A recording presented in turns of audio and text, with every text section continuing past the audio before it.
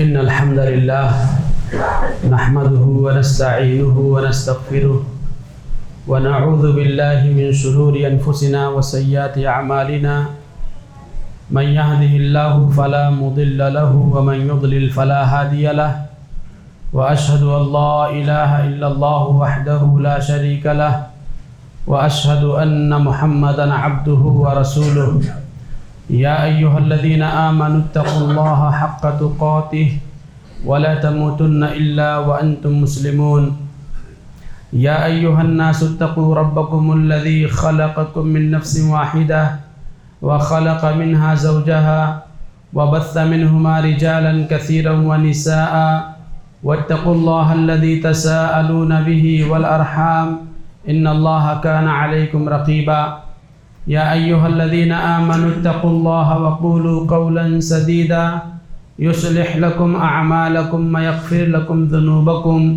ومن يطع الله ورسوله فقد فاز فوزا عظيما أما بعد فإن خير الحديث كتاب الله وخير الهدي هدي محمد صلى الله عليه وسلم وشر الأمور محدثاتها وكل محدثة بدعة وكل بدعة ضلالة وكل ضلالة في النار أعوذ بالله من الشيطان الرجيم بسم الله الرحمن الرحيم قاف والقرآن المجيد بل عجبوا أن جاءهم منذر منهم فقال الكافرون هذا شيء عجيب أإذا متنا وكنا ترابا ذلك رجع بعيد قد علمنا ما تنقص الأرض منهم وعندنا كتاب حفيظ بل كذبوا بالحق لما جاءهم فهم في أمر مريج أفلم ينظروا إلى السماء فوقهم كيف بنيناها وزيناها وما لها من فروج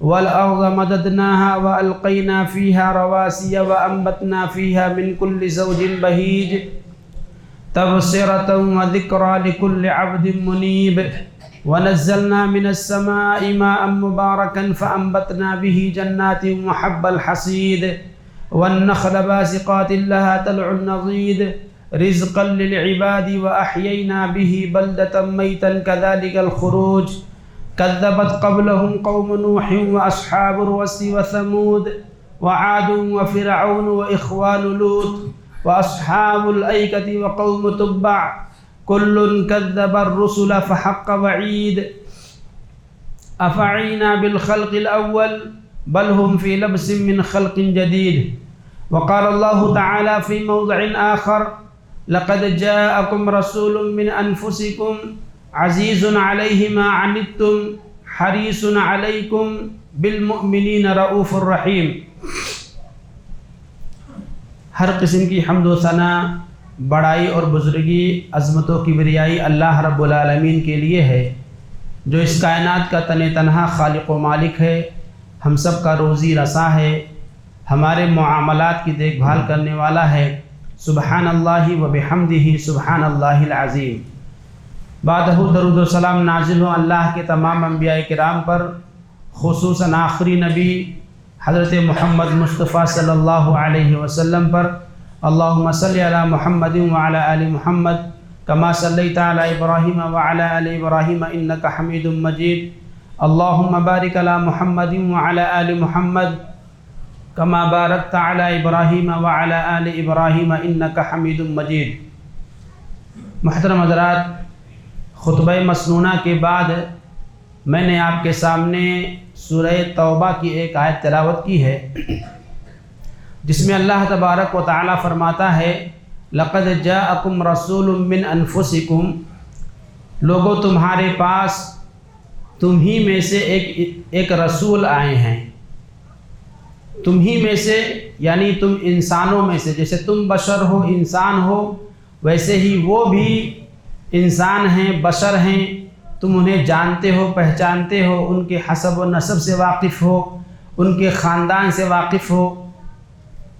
لقد جاءکم رسول من انفسکم عزیز علیہ ما عنتم، وہ رسول ایسے ہیں کہ تمہارا مشقت میں پڑنا انہیں گراں گزرتا ہے۔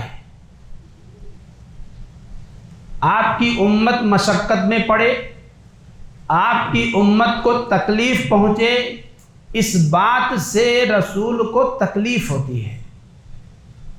حریص علیکم، وہ تمہیں نفع پہنچانے کے حریص ہیں، تمہاری ہدایت کے حریص ہیں، چاہتے ہیں کہ تم سب ہدایت پہ آ جاؤ، راہ راست پہ آ جاؤ۔ بالمؤمنین رؤوف الرحیم، اور بالخصوص مومنوں کے تعلق سے مومنوں پر، ایمان لانے والوں پر آپ بڑے ہی شفیق اور بڑے ہی مہربان ہیں۔ حضرات اس آیت کریمہ میں اللہ تبارک و تعالی نے اپنے پیارے نبی حضرت محمد مصطفیٰ صلی اللہ علیہ وسلم کے تعلق سے بتلایا کہ یہ رسول کہیں باہر سے نہیں آئے ہیں، بلکہ تم ہی میں سے ہیں، تم انہیں جانتے پہچانتے ہو، کوئی اجنبی نہیں ہے، بلکہ تمہارے درمیان ہی میں اس کی زندگی کا ایک لمبا زمانہ تمہارے درمیان گزرا ہے، اور اس کی سچائی، اس کی دیانتداری، اس کی امانت داری سے تم واقف ہو۔ اور یہ رسول ایسے ہیں کہ پوری دنیا، پوری انسانیت کا غم اپنے اندر رکھتے ہیں۔ کسی کو اپنی امتیوں کے تعلق سے انہیں بڑی فکر ہے، بہت تڑپ ہے، وہ چاہتے ہیں کہ ہر امتی ایمان کی دولت سے بہرہور ہو جائے، ایمان کی دولت سے مالا مال ہو جائے، ہر کوئی سیدھے راستے پر آ جائے۔ اس کے لیے آپ بڑے حریص تھے، بہت ہی آپ کی بہت چاہت تھی، بے انتہا آپ کی شدید خواہش تھی کہ لوگ آپ پر ایمان لائیں اور مسلمان ہو جائیں، ایمان لے آئیں، تاکہ وہ نار جہنم سے بچ جائیں، بچ جائیں۔ آپ کی یہ خواہش اتنی شدید تھی کہ اللہ رب العالمین نے کہا لعلک باخع نفسک الا یکونوا مؤمنین، اے نبی ایسا لگتا ہے کہ آپ ان کے ایمان نہ لانے کے وجہ سے آپ اپنے آپ کو گھلا دیں گے، اپنے آپ کو آپ ہلاکت میں ڈال دیں گے۔ تو نبی صلی اللہ علیہ وسلم ہر امتی کے تعلق سے آپ کی یہ خواہش تھی اور شدید خواہش تھی کہ لوگ ایمان لے آئیں، اسلام قبول کر لیں، تاکہ نار جہنم سے بچ جائیں۔ اور بالخصوص جو آپ پر ایمان لے آئے تھے ان کے تعلق سے ان پر آپ کی شفقت، ان پر آپ کی رحمت اور مہربانی تو بے انتہا تھی۔ چنانچہ احادیث میں آتا ہے کہ اللہ کے نبی صلی اللہ علیہ وسلم ایک رات تہجد کی نماز میں جب آپ نے حضرت ابراہیم علیہ السلام کی دعا کو پڑھا، رب انہن اضللن کثیرا من الناس، اے میرے رب ان بتوں نے تیرے بندوں کو گمراہ کر دیا ہے۔ اضللن کثیرا من الناس، اکثر لوگوں کو گمراہ کر دیا ہے ان بتوں نے، ان جھوٹے معبودوں نے۔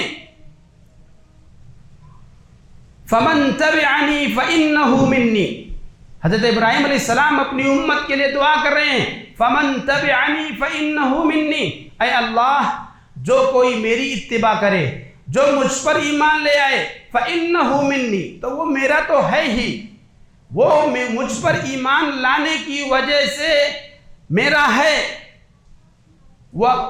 لیکن ومن عصانی فانک غفور رحیم، اے اللہ جو مجھ پر ایمان نہ لائے، جو میری نافرمانی کرے، تو یقیناً تو بخشنے والا اور رحم کرنے والا ہے۔ آپ دیکھیے حضرت ابراہیم علیہ السلام اپنی امت کے لیے فکر کر رہے ہیں کہ اے اللہ جو ایمان لایا وہ تو کامیاب ہو جائے گا، لیکن جو ایمان نہیں لایا تیری رحمت اور تیری مغفرت کا واسطہ وہ تیری رحمت اور مغفرت کے حوالے ہیں۔ یعنی وہاں بھی ابراہیم علیہ السلام اللہ سے یہ امید لگا رہے ہیں کہ چونکہ اللہ تعالیٰ بڑا بخشنے والا ہے، بڑا رحم کرنے والا ہے، اس لیے ہو سکتا ہے اللہ تعالیٰ انہیں بھی معاف کر دے۔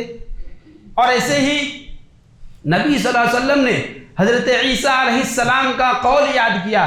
حضرت عیسیٰ علیہ السلام کل قیامت کے دن جب اللہ کے دربار میں پیش ہوں گے، وہاں اللہ تبارک و تعالی جب حساب لے گا عیسیٰ علیہ السلام کی امت کا، تو عیسیٰ علیہ السلام کہیں گے اے اللہ میں جب تک ان کے درمیان تھا تب تک میں ان پر نگراں تھا، ان کی ہدایت کی میں نے پوری کوشش کی، فلما توفیتنی کنت انت الرقیب علیہم، اے اللہ جب میں وفات پا گیا تو اس کے بعد تو ہی ان کا نگراں تھا، انہم عبادک، اے اللہ یہ تیرے ہی بندے ہیں، اے اللہ یہ تیرے ہی بندے ہیں، تو چاہے تو انہیں سزا دے، چاہے تو معاف کر دے، یہ تیری مرضی پر منحصر ہے۔ یعنی حضرت عیسیٰ علیہ السلام اپنی امتیوں کے لیے فکر مند ہو رہے ہیں۔ تو اللہ کے نبی نے جب دو جلیل القدر انبیاء کی اس تڑپ کو، اس فکر کو دیکھا کہ وہ اپنی امتیوں کے لیے اتنی تڑپ رکھتے ہیں، تو اللہ کے نبی رونے لگے، نبی صلی اللہ علیہ وسلم رونے لگے، امتی امتی کہہ کر کے اللہ کے نبی رو رہے ہیں۔ اللہ تبارک و تعالیٰ نے جبرائیل امین کو بھیجا، کہا جاؤ ذرا پوچھ کے آؤ ما یبکیک، کیوں رو رہے ہیں، کیا وجہ ہے؟ حالانکہ اللہ تعالیٰ کو معلوم ہے، لیکن اللہ نے پھر بھی جبرائیل امین کو بھیجا کہ جاؤ پوچھو ماجرا کیا ہے، واقعہ کیا ہے، کیوں رو رہے ہیں۔ جبرائیل امین آئے اور وجہ پوچھی تو اللہ پیارے نبی صلی اللہ علیہ وسلم نے وجہ بتلائی کہ ابراہیم علیہ السلام کی دعا کو ہم نے، یہ قول کو ہم نے یاد کیا، عیسیٰ علیہ السلام کے قول کو ہم نے یاد کیا، تو ہمیں اپنی امت کی فکر لاحق ہو گئی، ہمیں اپنی امت کی فکر لاحق ہو گئی کہ میری امت کے ساتھ کا انجام کیا ہوگا، میری امت کے ساتھ کیا معاملہ ہوگا، اس لیے مجھے اپنی امت کو لے کر کے فکر ہو رہی ہے، اس لیے مجھے رونا آ گیا۔ اللہ تبارک و تعالی جبرائیل امین اللہ کے پاس جاتے ہیں اور بتلاتے ہیں، ماجرا بتلاتے ہیں کہ معاملہ کیا ہے۔ اللہ تعالیٰ بھیجتا ہے، کہا جاؤ اور میرے نبی سے کہہ دو انا سنرضیک فی امتک، اے نبی ہم آپ کو آخرت میں آپ کی امت کے تعلق سے خوش کر دیں گے، ہم آپ کو آپ کی امت کے تعلق سے خوش کر دیں گے، ولا نسوءک، اور آپ کو ہم ذرا بھی تکلیف نہیں ہونے دیں گے، آپ جو چاہیں گے آپ کو تکلیف نہیں ہوگی، ایسا معاملہ آپ کی امت کے ساتھ ہوگا۔ حضرات یہ نبی صلی اللہ علیہ وسلم کی تڑپ ہے ہمارے لیے، نبی صلی اللہ علیہ وسلم کی محبت ہے اپنی امتیوں کے لیے، نبی صلی اللہ علیہ وسلم کی اتنی محبت، آپ کی خواہش تھی، شدید خواہش تھی، اور آپ نے اب اس خواہش کا اظہار بھی صحابہ کرام کے سامنے کیا، اور آپ نے حضرت ابو ہریرہ کہتے ہیں کہ اللہ کے نبی صلی اللہ علیہ وسلم ایک مرتبہ قبرستان گئے، قبرستان میں داخل ہونے کی گئے، وہاں زیارت قبور کی جو دعا ہے آپ نے وہ پڑھی، اس کے بعد آپ نے کہا میری خواہش ہے، میری شدید خواہش ہے کاش میں اپنے بھائیوں کو دیکھ پاتا، کاش میں اپنے بھائیوں کو دیکھ پاتا۔ تو صحابہ نے کہا اے اللہ کے نبی اولسنا اخوانک، کیا ہم آپ کے بھائی نہیں ہیں؟ تو اللہ کے نبی نے کہا انتم اصحابی، تم میرے صحابہ ہو، تم میرے بھائی نہیں ہو، میرے بھائی وہ ہیں جو میرے بعد آئیں گے، میرے بھائی وہ ہیں جو میرے بعد آئیں گے۔ تو میرے بھائیو ہمارے لیے، آپ کے لیے نبی کی اتنی شدید خواہش، اتنی محبت ہم سے کہ اللہ کے نبی چاہتے تھے کہ امت کی وہ نسلیں جو بعد میں آنے والی ہیں ان کا دیدار ہو جائے، ان کو دیکھ سکیں، یہ نبی کی محبت ہے۔ اسی طرح سے آپ دیکھیے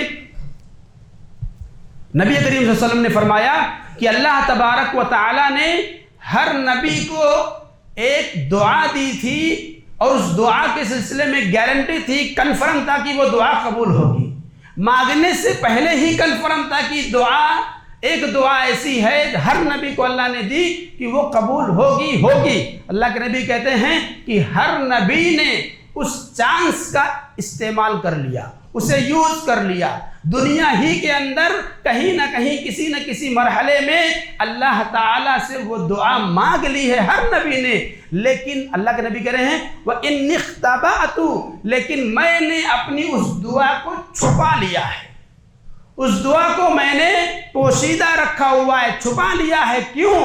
شفاعتاً لِأُمَّتِي یوم القیامہ، قیامت کے دن اپنی امتیوں کی شفاعت کرنے کے لیے۔ وہ دعا جو اسپیشل دعا اللہ تبارک و تعالیٰ نے ہر نبی کو دی، ہمارے نبی کو بھی ملی، ہمارے نبی کی زندگی میں ایسے مشکل واقعات آئے، حالات آئے کہ جہاں پر اس دعا کو یوز کر سکتے تھے لیکن آپ نے کبھی یوز نہیں کیا۔ آپ نبی کی سیرت کا مطالعہ کریے، 3 سال تک شیب ابی طالب میں مسلمانوں کو محصور کر دیا گیا، بائیکاٹ، کوئی لینا دینا نہیں۔ حالات اتنے دگرگوں ہوئے کہ بچے روتے تھے۔ شیب ابی طالب میں بچے روتے تھے، ان کے رونے کی آوازیں مکہ میں جاتی تھی۔ ایسے حالات تھے، ایسے لیکن ان حالات میں ہمارے نبی نے اس دعا کا استعمال نہیں کیا، آپ نے اس کو محفوظ رکھا۔ غزوہ احد کے اندر ہمارے نبی زخمی ہوئے، آپ کے یہ دانت ٹوٹ گئے، آپ کے سر پہ زخم لگا، چہرے پہ زخم لگا، لیکن اس موقع پر بھی آپ نے اس دعا کا استعمال نہیں کیا۔ غزوہ احزاب میں 10 سے 12,000 دشمنوں نے پورے مدینے کو گھیر لیا تھا، اور مدینہ کے اندر جو یہود تھے وہ بھی غداری کر چکے تھے، جانکنی کا عالم تھا۔ اللہ تبارک و تعالیٰ نے قرآن مجید میں اس کا نقشہ کھینچا، کہا کہ تمہاری جانیں حلق میں آ گئی تھی، وہ مرحلہ تھا، لیکن نبی نے اس وقت بھی اس دعا کا استعمال نہیں کیا۔ اور اللہ کے نبی طائف گئے، وہاں دشمنوں نے آپ کو اس قدر مارا، لیکن آپ نے اس دعا کا استعمال نہیں کیا، آپ نے اس دعا کو محفوظ رکھا۔ کس لیے؟ ہماری اور آپ کی محبت میں، ہماری اور آپ کی شفاعت کے لیے آخرت میں، تاکہ ہماری شفاعت ہمیں جہنم سے نجات مل سکے، اس کے لیے ہمارے نبی نے اپنے اس دعا کو محفوظ رکھا۔ اور آپ نے یہ بھی کہا کہ میری اس دعا کا حقدار ہر وہ میرا امتی ہوگا جس کی وفات توحید پر ہوئی ہوگی اور شرک سے محفوظ رہا ہوگا۔ تو ہم میں سے ہر وہ آدمی جو موحد ہے، جو توحید پرست ہے، جو شرک سے بیزار ہے، اسے انشاءاللہ یہ شفاعت، اللہ کے نبی کی شفاعت ضرور ملے گی۔ اس لیے ہمیں اپنے توحید کی حفاظت کرنی ہے، ہمیں اپنے توحید کو محفوظ رکھنا ہے۔ تو اللہ کے نبی ہم سے کتنی محبت کرتے تھے۔ اب یہ سوچئے کہ اتنی مشکل حالات نبی کے زمانے میں آئے، لیکن نبی نے کبھی بھی اپنے اس اسپیشل دعا کا استعمال نہیں کیا اپنی ذات کے لیے۔ آپ نے اسے محفوظ رکھا ہے کہ قیامت کے دن اپنی امتیوں کی نجات کے لیے اللہ کے نبی اس دعا کا استعمال کریں گے۔ یہ ہمارے نبی کی ہم سے محبت۔ اب سوال یہ اٹھتا ہے کہ جو نبی ہم سے اتنی محبت کرنے والے، جو نبی ہم سے اتنی محبت کرنے والے، ہم امتی نبی سے کتنی محبت کرتے ہیں؟ ہم امتی آپ سے کتنی محبت کرتے ہیں؟ یہی اصل سوال ہے۔ حضرات، آج ہم نے یہ سمجھ لیا ہے کہ کچھ دن خاص کر لیا جائے اور کچھ ہڑدنگ مچا لیے جائیں، کچھ شور شرابے کر لیے جائیں، جلوس نکال دیا جائے، کچھ نعت پڑھ دیا جائے، یہ نبی سے محبت ہو گئی؟ کیا نبی سے محبت یہی ہے؟ کیا نبی سے محبت کی پہچان یہی ہے؟ کیا صحابہ نے نبی سے ایسے ہی محبت کی تھی؟ آئیے ہم یہ دیکھتے ہیں کہ نبی سے محبت کیسے کرنی ہے، نبی سے محبت کے تقاضے کیا ہیں، ہم کیا کریں گے تو یہ مانا جائے گا کہ ہاں ہم اپنے نبی سے محبت کرنے والے ہیں۔ سب سے پہلی چیز یہ ہے کہ ہم نبی کریم صلی اللہ علیہ وسلم پر پختہ ایمان رکھیں، پختہ یقین ہو، آپ کی لائی ہوئی شریعت پر پکا ایمان ہو۔ آج سائنس کا دور ہے، سائنس ہر چیز میں عقل کا استعمال کرتی ہے، ہر چیز کے پیچھے سوال ہوتا ہے کیوں؟ ایسا کیوں؟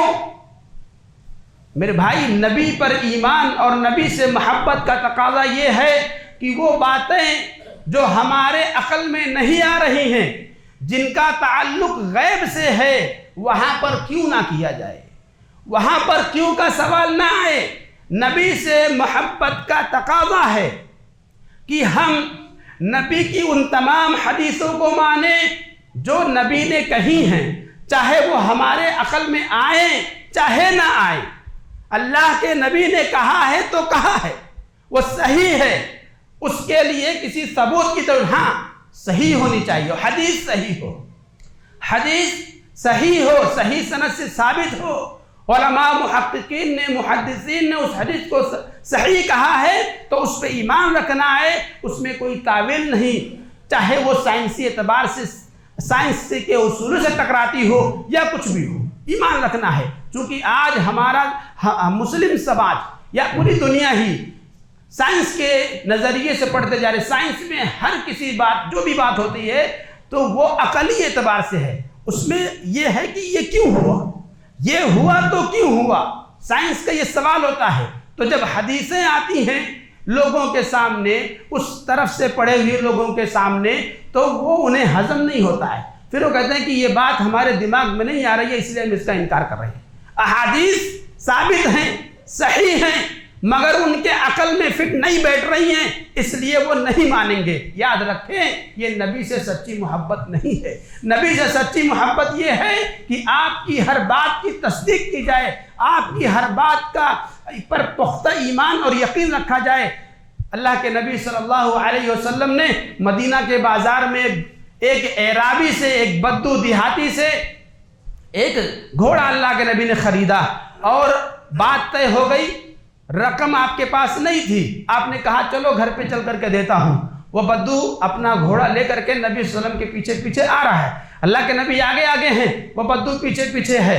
لوگوں کو نہیں معلوم کہ اللہ کے نبی نے وہ جانور خرید لیا ہے، جو دیکھ رہا ہے ہر کوئی کہہ رہا ہے بھائی بہت اچھا گھوڑا ہے، کتنے کا ہے، کتنے کا ہے، سب لوگ بھاؤ لگا رہے ہیں۔ اس کے دل میں لالچ پیدا ہوئی اور اس نے کہا اے محمد، آپ کو اگر یہ گھوڑا چاہیے تو فائنل کیجئے ورنہ میں کسی اور کو بیچ دوں گا۔ اللہ کے نبی نے کہا ارے بھائی بات تو ہو چکی ہے، معاملہ طے ہو چکا ہے، کتنے روپے میں آپ دیں گے یہ بات فائنل ہو چکی ہے، ابھی فائنل کیا کرنا ہے، صرف پیسہ دینا ہے، ہم آپ کو لے کر کے جا رہے ہیں پیسہ ہی دینے کے لیے، اب اس میں کیا بات ہو گئی؟ کہا نہیں بات پکی نہیں ہوئی ہے، ہمارا اور آپ کا کوئی عہد و پیمان ہوا ہی نہیں ہے، گواہ پیش کرو۔ اس نے کہا گواہ پیش کرو، آپ کہہ رہے ہیں کہ بات پکی ہو گئی ہے تو گواہ پیش کرو کہ ہماری اور آپ کی گواہ کہ ہمارا اور آپ کا سودا پکا ہو گیا ہے۔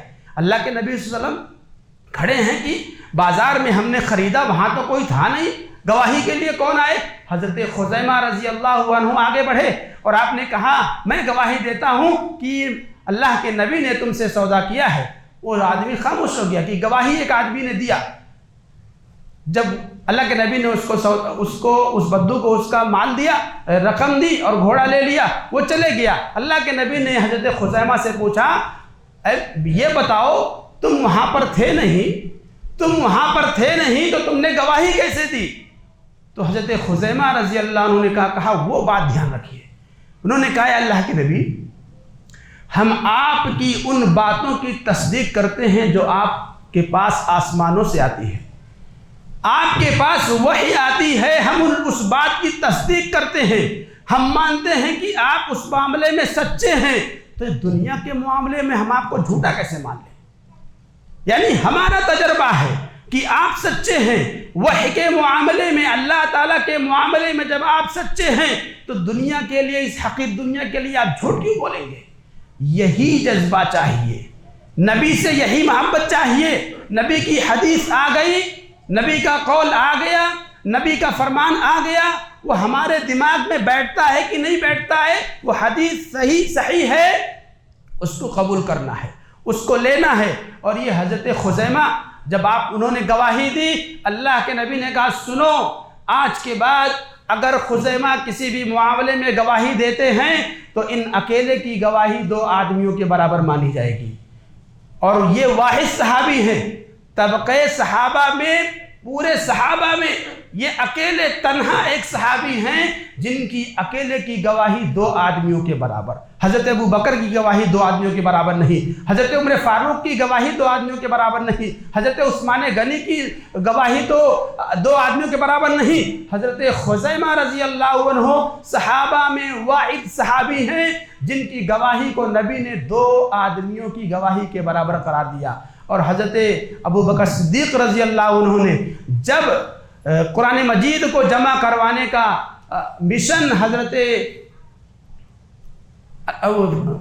کاتب کو دیا کہ قرآن کو جمع کیا جائے، ایک آیت ایسی تھی کہ اس آیت کا علم صرف یہی صحابی حضرت خزیمہ کے پاس تھا۔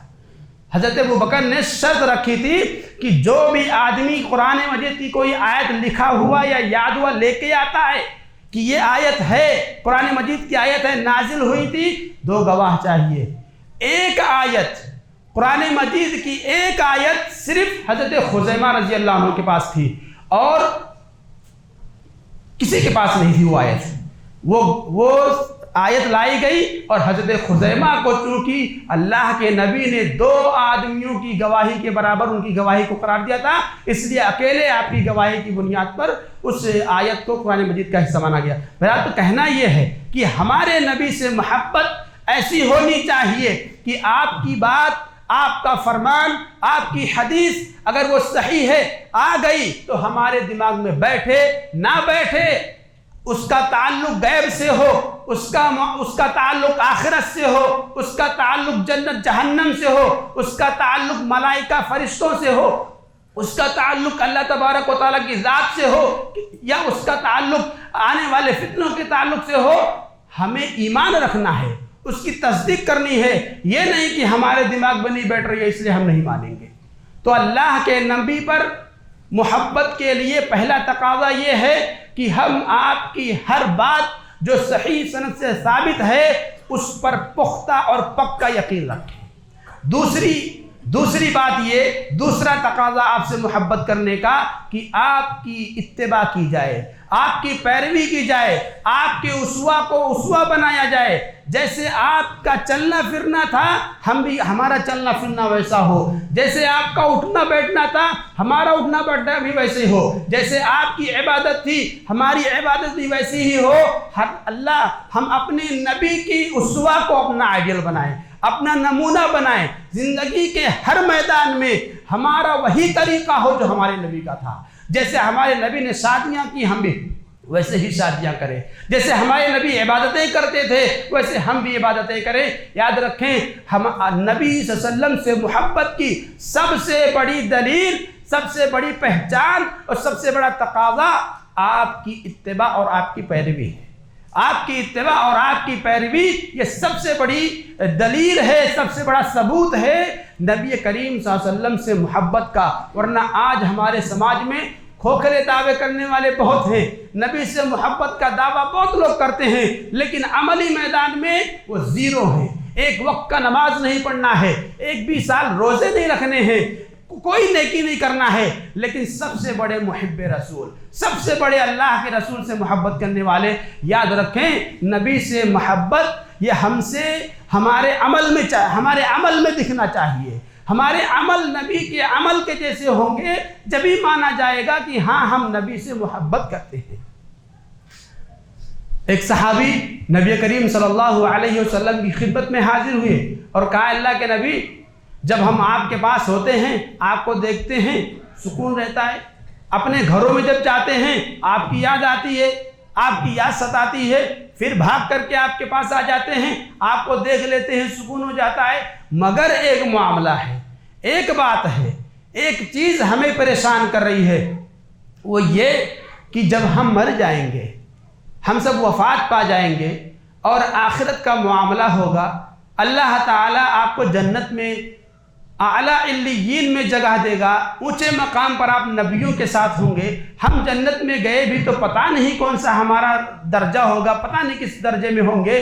ہمیں تکلیف یہ ہے، ہمیں فکر یہ ہے کہ یہاں دنیا میں تو آ کر کے آپ کو ہم دیکھ لیتے ہیں، دنیا میں آپ کا دیدار ہو جاتا ہے، دل کو تسلی مل جاتی ہے، لیکن وہاں کیا معاملہ ہوگا، وہاں کیسے آپ کا دیدار ہوگا؟ اللہ تبارک و تعالیٰ نے آیت کریمہ نازل فرمائی، وَمَن يُطِعِ اللَّهَ وَالرَّسُولَ فَأُولَئِكَ مَعَ الَّذِينَ أَنْعَمَ اللَّهُ عَلَيْهِمْ مِنَ النَّبِيِّينَ وَالصِّدِّيقِينَ وَالشُّهَدَاءِ وَالصَّالِحِينَ، کہ جو لوگ اللہ اور اس کے رسول کی اطاعت و فرما برداری کرتے ہیں وہ ان کے ساتھ رہیں گے جن پر اللہ نے انعام کیا ہے۔ دیکھیے، صحابی رسول اپنی محبت کا اظہار کر رہے ہیں کہ ہمیں آپ سے اس قدر محبت ہے کہ آپ کو دیکھے بغیر ہمیں سکون نہیں ملتا ہے، دنیا میں تو ہماری یہ خواہش پوری ہو رہی ہے، آپ کو دیکھ لیتے ہیں سکون مل جاتا ہے، لیکن آخرت میں کیا ہوگا؟ اللہ تبارک و تعالیٰ نے کہا یہ محبت تو اپنی جگہ پر صحیح ہے، مگر اس کے ساتھ اطاعت چاہیے، اس کے ساتھ فرما برداری چاہیے۔ اگر نبی کی اطاعت و فرما برداری کرو گے تو آخرت میں بھی نبی کے ساتھ میں رہو گے۔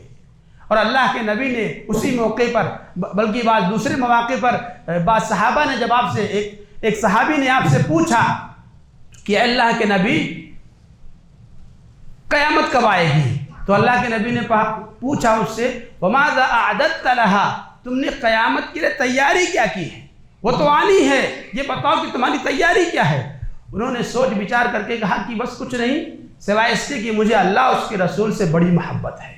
تو اللہ کے رسول نے کہا انت مع من احببت، تم اس کے ساتھ رہو گے جس سے تمہیں محبت ہے۔ تو حضرات، نبی سے محبت یہ جنت میں داخلے کا سبب ہے، نبی کی رفاقت کا سبب ہے، مگر یہ رفاقت اور نبی کا یہ ساتھ ہم سے اطاعت چاہتی ہے، فرما برداری چاہتی ہے۔ ایک صحابی نبی کریم صلی اللہ علیہ وسلم کی خدمت کیا کرتے تھے، وہ کہتے ہیں کہ میں رات میں نبی کریم صلی اللہ علیہ وسلم جب کبھی بیدار ہوتے تو آپ کے وضو کرنے کے لیے پانی لا کر کے دے دیتا تھا، یا اس طرح سے چھوٹے موٹے کام میں آپ کی کیا کرتا تھا۔ کہتے ہیں کہ ایک رات میری خدمت سے خوش ہو کر کے اللہ کے نبی نے کہا مانگو کیا مانگتے ہو؟ ربیعہ بن کعب الاسلمی رضی اللہ عنہ، اللہ کے نبی نے کہا کہ ربیعہ مانگو کیا مانگتے ہو؟ کہا اللہ کے نبی مجھے جنت میں آپ کا ساتھ چاہیے۔ اللہ کے نبی نے کہا کچھ اور؟ کہا نہیں بس وہی، جنت میں آپ کا ساتھ چاہیے۔ اللہ کے نبی نے کہا فَأَعِنِّي عَلَيَّ بِكَثْرَةِ السُّجُودِ، اگر تمہیں جنت میں میری رفاقت چاہیے تو کثرت سجود کے ذریعے میری مدد کرو۔ یعنی تمہاری یہ خواہش کہ تمہیں میری مصاحبت مل جائے، میرا ساتھ مل جائے جنت میں، تو ضروری ہے کہ عمل کرو۔ اللہ کے نبی نے کہا کہ ٹھیک ہے تم میرے ساتھ جنت میں آ گئے میں دعا کر دوں گا، نہیں، کہہ رہے ہیں کہ میری مدد کرو عمل کے ذریعے سے۔ تو نبی سے محبت عمل کی متقاضی ہے، عمل نہیں ہے تو صرف دعویٰ کرنے سے کوئی فائدہ نہیں ہونے والا ہے۔ نبی کی ذات سے محبت ایک چیز ہوتی ہے اور نبی کی شریعت سے ایک چیز محبت ہوتی ہے۔ صرف نبی کی ذات سے محبت کرنا یہ کافی نہیں ہوگا، نبی کی شریعت سے بھی محبت کرنی ہوگی۔ ابو لہب کو نبی کی ذات سے بڑی محبت تھی۔ اس کی نبی صلی اللہ علیہ وسلم کی پیدائش ہوئی، ایک لونڈی نے آ کر کے ابو لہب کو خوشخبری دی کہ آپ کے یہاں بھتیجا پیدا ہوا ہے۔ اس خوشخبری کو سن کر کے ابو لہب نے اس لونڈی کو آزاد کر دیا۔ یہ ابو لہب کی نبی کی ذات سے، نبی کی شخصیت سے محبت تھی، لیکن وہی بھتیجا جب دین محمدی لے کر کے آیا تو اس چچا نے آپ کے اس دین کو قبول نہیں کیا، اس دین کو نہیں مانا، نتیجتاً اس کے بارے میں آیت نازل ہوئی تبت یدا ابی لہب وتب، ابو لہب کے ہاتھ ٹوٹ گئے، برباد ہو گئے۔ جو چچا آپ کی پیدائش پر جس نے خوشیاں منائی اور جس نے اپنی لوڈی کو آزاد کر دیا، وہ چچا جب آپ کی رسالت کو اس نے نہیں مانا تو اس کے لیے اللہ تبارک و تعالیٰ نے وعید نازل فرمائی کہ اس کے ہاتھ ٹوٹ گئے، برباد ہو گئے۔ اسی طرح سے آپ کے چچا ابو طالب، یہ بھی آپ کی شخصیت سے بڑی محبت کرنے والے۔ جب تک ابو طالب زندہ رہے مکہ والوں میں یہ ہمت نہیں تھی کہ آپ کو جسمانی تکلیف پہنچائے۔ نبی صلی اللہ علیہ وسلم کو جو جسمانی تکلیفیں پہنچانے کے واقعات سیرت کی کتابوں میں ملتے ہیں وہ ابو طالب کے وفات کے بعد کے ہیں۔ جب تک ابو طالب حیات رہے کسی میں ہمت نہیں تھی کہ آپ کو جا کر کے سامنے سے کوئی تکلیف پہنچا سکے۔ اتنا سپورٹ تھا ابو طالب کا نبی صلی اللہ علیہ وسلم کو۔ مگر وہی ابو طالب جب آپ نے ان سے کہا کہ اے چچا لا الہ الا اللہ کا اقرار کر لیجئے، اللہ تعالیٰ سے میں حجت کر لوں گا، معاف کروا لوں گا، چچا نے نہیں پڑھا، آپ کے دین کو نہیں مانا، تو وہ بھی نہیں بچ سکے۔ اور انہیں کے تعلق سے اللہ کے نبی نے فرمایا کہ انہیں آگ کی جوتیاں پہنائی جائیں گی، وہ بھی نہیں بچیں گے نار جہنم سے۔ تو حضرات، نبی کی ذات سے محبت یہ اپنی جگہ پر ٹھیک ہے، اس سے انکار نہیں، مگر یہ کافی نہیں، نبی کی شریعت سے بھی محبت چاہیے، نبی کے لائے ہوئے دین سے اور اس کے احکامات سے بھی محبت چاہیے. نبی نے جیسے کیا ویسے کریں گے تبھی ہماری محبت کامل ہوگی. تو نبی کی باتوں پر پختہ یقین رکھا جائے اور نبی کی اتباع و پیروی کی جائے. اور نمبر 3، نبی کو بکثرت یاد کیا جائے. دیکھیے جس آدمی کو جس سے محبت ہوتی ہے آدمی اس کو بار بار یاد کرتا ہے، اس کا بار بار تذکرہ کرتا ہے. تو اگر ہمیں نبی سے محبت ہے تو نبی سے محبت کا ایک تقاضا یہ ہے کہ ہم نبی کا تذکرہ بار بار کریں. نبی کا تذکرہ بار بار کریں، آپ پر درود و سلام پڑھیں، آپ پر درود بھیجیں اور بکثرت پڑھیں. یہ اپنے آپ میں ایک عبادت ہے.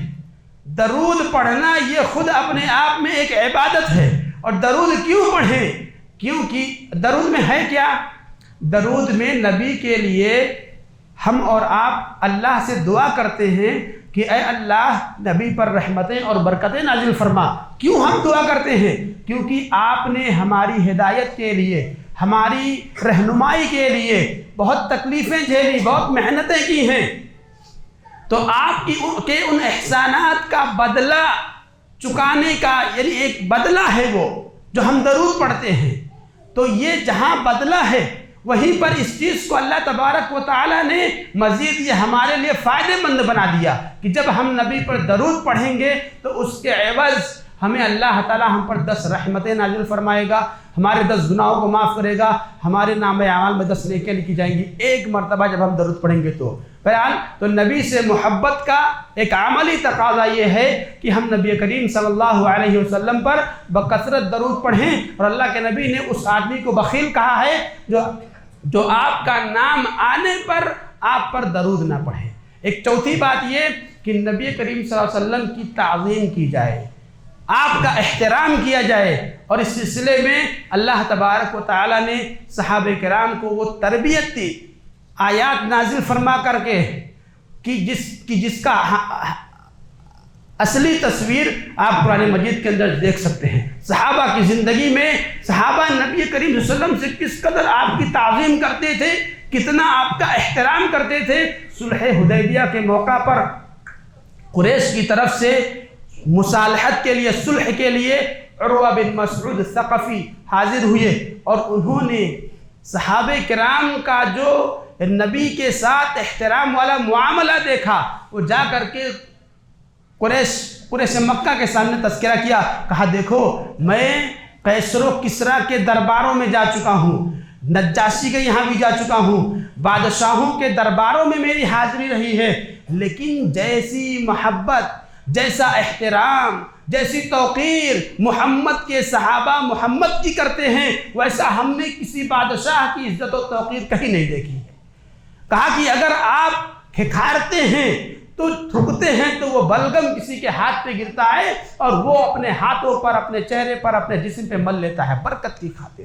جب آپ وضو کرتے ہیں تو وضو کا پانی نیچے گرنے ہی نہیں پاتا ہے، لوگ برکت کی خاطر اس پانی کو لپک لیتے ہیں اور اسے اٹھا کر کے اپنے بدن پر پوشے رکھتے ہیں. تو کہا کہ اتنی تعظیم. اور جب گفتگو کرتے ہیں، جب محمد صلی اللہ علیہ وسلم گفتگو کرتے ہیں تو لوگ ایسے خاموش رہتے ہیں جیسے کہ ان کے سروں پر کوے بیٹھے ہوئے ہیں. اور جب آپ کسی بات کا حکم دیتے ہیں تو یہ اس کام کے کرنے کے لیے لپک پڑتے ہیں. تو میرے بھائی نبی کا احترام، نبی کی تعظیم، نبی کی توقیر، یہ نبی سے محبت کی ایک تقاضا ہے، دلیل ہے. اور آپ دیکھیے ایک بات اور دیکھیے، قرآن مجید میں اللہ تبارک و تعالیٰ نے تمام انبیاء کرام کا تذکرہ ان کے ناموں کے ساتھ کیا ہے. یا آدم، یا ابراہیم، یا موسیٰ، یا عیسیٰ، یا ہود، یا نوح، یا صالح. اللہ نے ہر نبی کا نام لے کر کے ان کا خطاب کیا، لیکن نبی صلی اللہ علیہ وسلم کو کبھی بھی کہیں بھی پورے قرآن مجید میں یا محمد کہہ کر کے اللہ نے نہیں کہا. یا محمد یہ خطاب نہیں کہا، یا ایھا النبی یا ایھا الرسول، جہاں بھی اللہ نے اپنے نبی کو مخاطب کیا یا ایھا النبی اور یا ایھا الرسول کہہ کر کے کیا، کبھی نام لے کر کے نہیں کیا۔ اور اسی لیے اللہ نے صحابہ کرام کو سکھلایا، انہیں تربیت دی، لا تجعلوا دعاء الرسول بینکم کدعاء بعضکم بعضا، جیسے تم ایک دوسرے کو بلاتے ہو پکارتے ہو، نبی کا مقام یہ نہیں ہے، نبی کا مرتبہ اس سے بہت اونچا ہے، اس طرح سے نبی کو مت بلاؤ۔ لا ترفعوا اصواتکم فوق صوت النبی، نبی کی آواز پر اپنی آواز بلند مت کرو۔ اللہ نے تربیت سکھلائی صحابہ کو، اور صحابہ آیات نازل ہوئی اللہ کے نبی کی بات پر کسی کی آواز بلند نہیں ہونی چاہیے۔ ایک صحابی رسول جن کی آواز قدرتی طور پر بلند تھی، وہ اپنے گھر میں بیٹھ گئے، کہا ہم تو برباد ہو گئے، ہماری آواز نبی کی آواز سے تیز ہے، اب نبی کی مجلس میں حاضری ہی نہیں دیں گے۔ اللہ کے نبی نے سب پتہ کیا کہ فلاں کیوں نہیں آ رہے ہیں، اللہ کے نبی کو ماجرا بتلایا گیا، ایسا ایسا معاملہ ہے، اور وہ بیٹھ کر کے اپنے گھر میں سوچ رہے ہیں کہ ہم تو جہنمی ہو گئے کیونکہ ہماری آواز نبی کی آواز سے بلند ہے۔ اللہ کے نبی نے کہا جاؤ بلا لاؤ، کہہ دو وہ جنتی ہے، جہنمی نہیں ہے۔